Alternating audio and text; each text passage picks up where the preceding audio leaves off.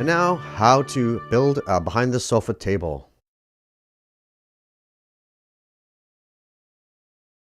Hi there. Okay, welcome back. In this video, I show you step by step how to make a behind the couch table.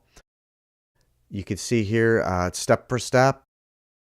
So there's a lot of pro tips in this one. I have some woodworking experience, so this is kind of a higher end table than you may have found online. So what you're going to need are some lumber. I use 1-inch thick deck boards myself. These are cedar, a miter saw, a table saw, sandpaper, some stain, clear varnish or polyurethane, and electric sanders are optional. What I picked up are basically like a 1x3 lumber. This is just pine or spruce, and this is my cedar deck board. That's it would be a 1x6 equivalent, but it's actually 5/4, which is 1 inch thick. So that's what I'm using for the top and the legs of this table. And here you can see you want to try and choose as straight lumber as you can. It's not going to be perfect. In this case, I'm not getting into the details of using planers and jointers to flatten and straighten wood. So just find the straightest wood you can. I want to talk quickly about how to watch out for all the cracks, and they're called checks at the very beginning of a board like this. There's always some cracking. You're going to inspect that before you begin anything. You're going to want to do that. So what I like to use is chalk to mark out all the defects, any kind of imperfections. You're going to just mark them with chalk. And I prefer to use chalk because pencil is really hard to remove, and you wouldn't think, but it's actually really hard to sand or wipe off. So chalk is great for laying out your project like this. So just go ahead and mark it all like that.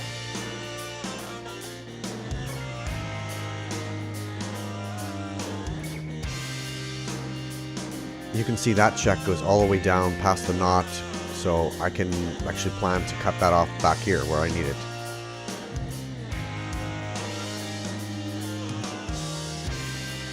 And I'd also like to really encourage you to use the timestamps below in the description. You could skim through the video much faster, and hopefully that'll be more efficient for you.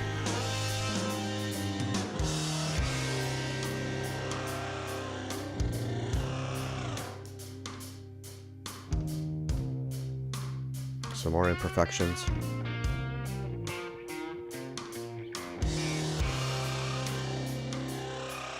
Now you're going to want to do a drawing. Even if you're not great at drawing, you're going to want to put your dimensions, kind of the style that you want to do, so that you have a guideline to look at every once in a while. Sometimes I change on the fly some of my designs, so it's always good to start with the drawing.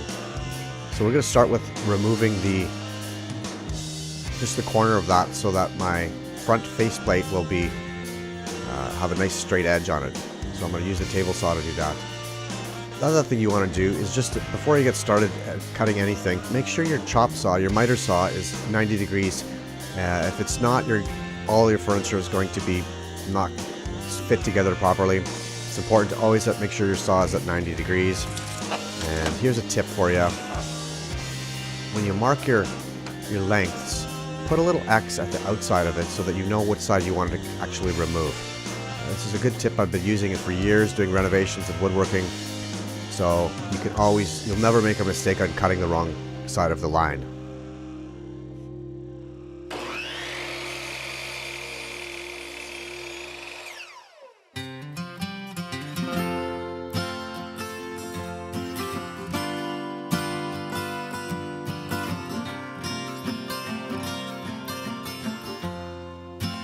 So if we take a look at our design,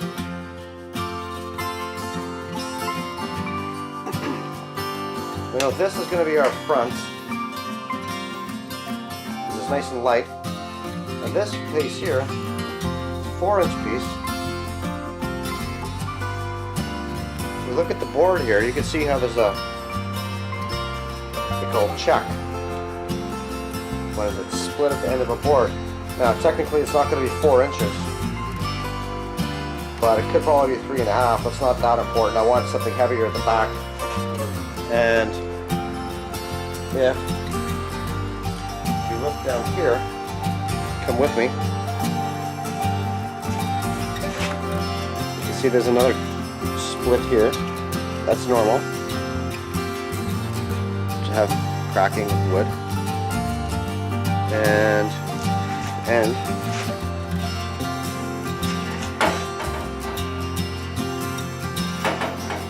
you see at the end here again, there's a split. That goes to about 3 inches, 3 1/4, 3 1/4. Now I'm not going to need the full length of this because it will be a little bit shorter. But this means I can rip it down. If I rip this strip, that will give me my 4-inch or 3-inch piece.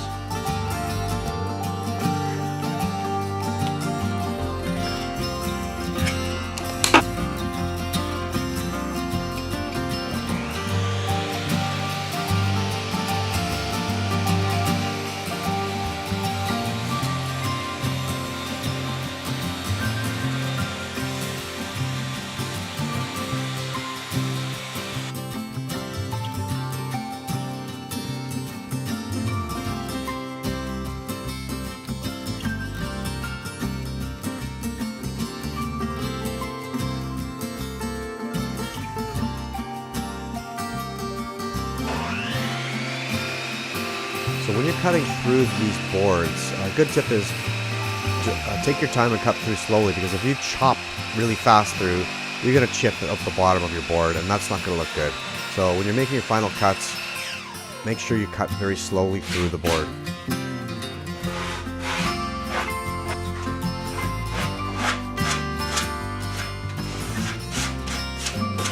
Now this is where you're going to notice what side I want it up. This is the top, my top board, and I want to have the cup up so that,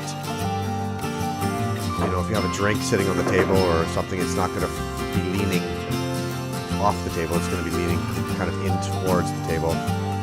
This looks like it's got quite a warp to it, but it's a fairly straight board. The straightest I can find at this length.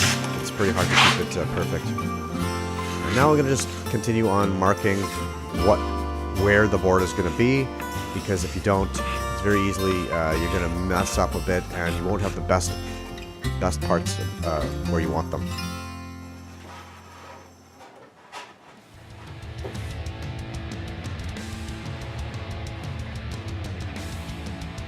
When you set your table saw, make sure you check both sides of the blade with the fence that are straight, or you're going to get your cuts will be poor.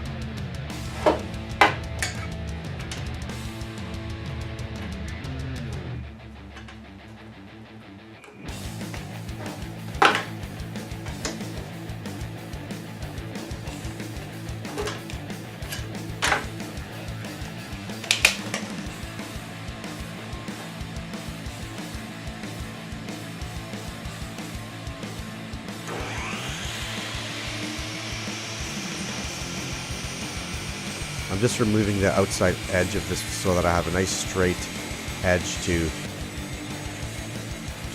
glue as a faceplate.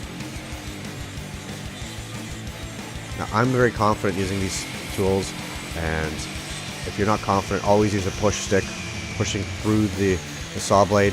And a trick that I use is I always just hook my hand around the outside of the fence, and that means I'm not going to accidentally bring my hand close to the blade. I've been doing it for years and it works for me. If you're not comfortable with it, don't do that.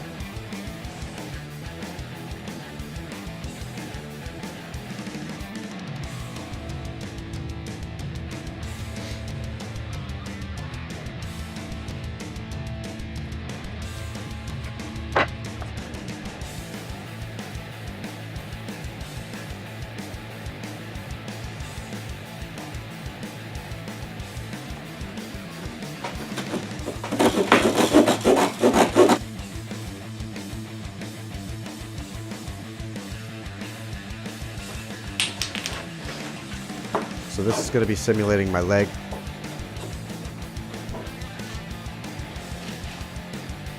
Mark your legs as well, how you like them, which side is up, and a notch for the faceplate. And what I'm actually going to do in these cases, I decided to do a taper. So the leg is going to be full length full thickness at the bottom, but it's going to taper slightly in. And I'm just using a board to mark it here.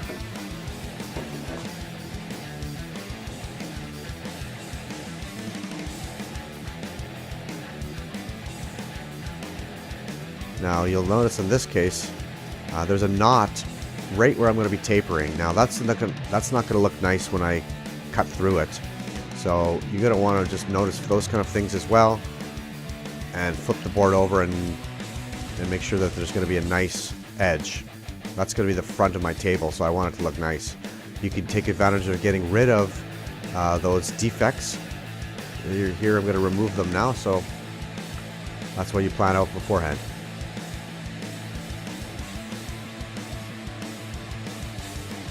You can kind of get a visual of how it's going to come together. And there's the back. This is going to be the backer piece, the leg, and I'll need another filler piece in the middle to attach everything. I will be using pocket holes and glue and screws to assemble this.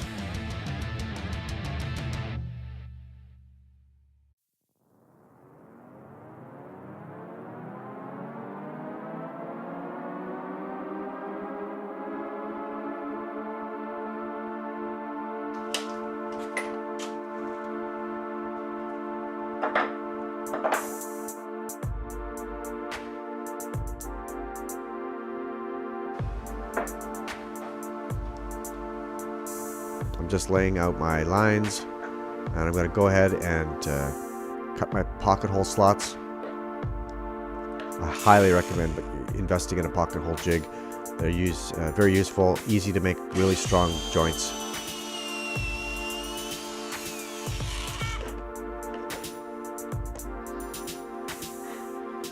And I just put a hole every couple of feet.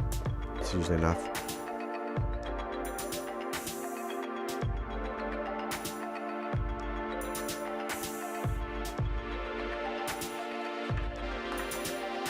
Gonna do some final sanding now, because once it's on, I'm not gonna be able to.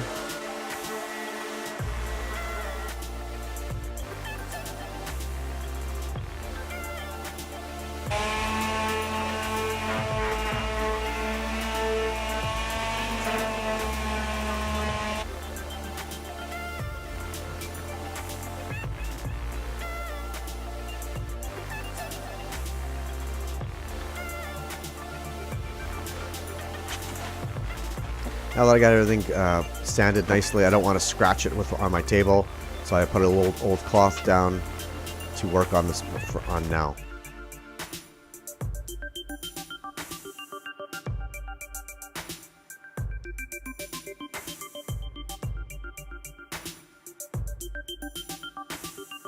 So now I'm going to go ahead and glue and screw the front faceplate on. I have some spacer blocks that I use to make sure that it's in the right spot, so I clamp those into place to make it easy to assemble this front faceplate. Not sure if you realize, but when you're putting glue on wood, you do want to make sure that the entire surface of the wood is covered in glue, not just stick a line down. You actually want to take some time, use a brush, or I use my finger sometimes. Make sure that's entirely covered to make sure that that wood gets good it adheres properly. And make sure you do glue both surfaces. Not too much. You do want the glue just to squirt out out. A little bit of squirting out is what you want. You don't want to have too much, but a little bit of squirting is good. So now once it's screwed down, I can go ahead and remove the clamps. Wipe the glue off. In this case, I'm going to be painting it black, so I'm not concerned about it squirting out. If you were going to leaving it natural, you would want to leave that and scrape it off the glue. You wouldn't want to wipe it like that, because that'll affect your stain. Now, I built myself a jig to cut with all my table saw cuts. This thing works great, and you can very easily make accurate cuts with this jig. I highly recommend making one as well if you can, and I use it for so many different kinds of things.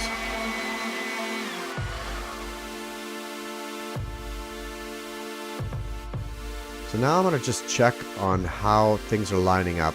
I haven't attached the legs yet. They're just resting, and everything isn't going to be perfect because of kind of the warped boards. So there is going to be some monkeying around, and I did a little bit of finessing of the legs to make sure they're going to be in the right spot.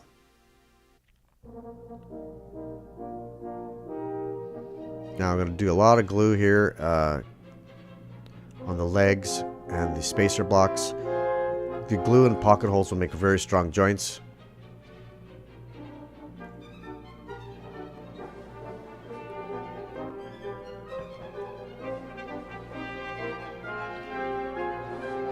And I'm just going to clamp the side.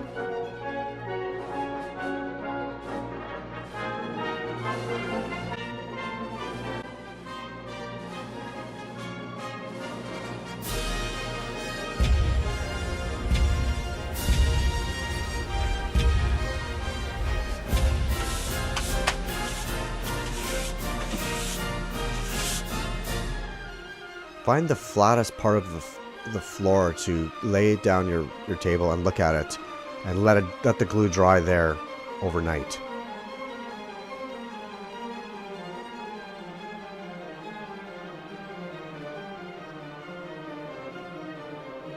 So here's a final look at what it looks like all assembled and dry.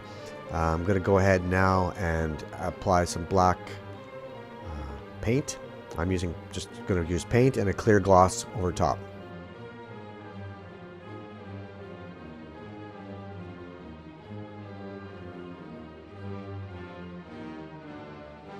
I'm going to sand it after it's dried sufficiently, and then just wipe down remove the sawdust, get it cleaned up again, and let that dry before you do any kind of clear coat.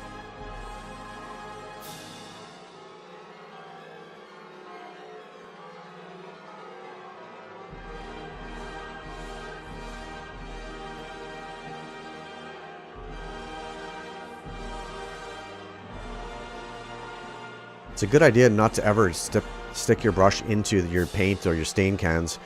Always transfer to another container, because then you're not contaminating the original container. Any dust or debris that you might have on your brush, you'll ruin the whole can of varnish if you dip right in. So that's a good tip for you.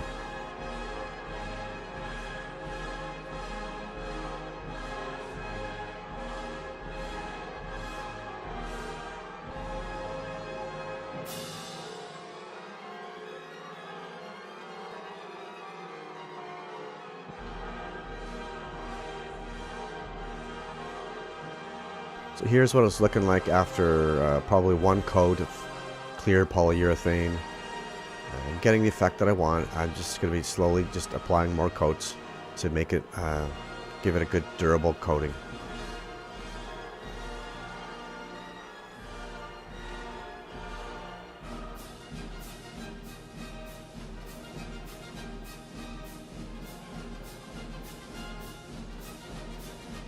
So there you have it. I'm really happy with this. The wife is very happy with this. It turned out nice. It's a step up from some of the other couch tables that you may have seen online. It's kind of to me, it's a kind of a nicer look. And I hope you enjoyed this. So thanks a lot, and hope you can check out my other videos. Please subscribe and comment if you've got any tips or thoughts on this. Thanks again.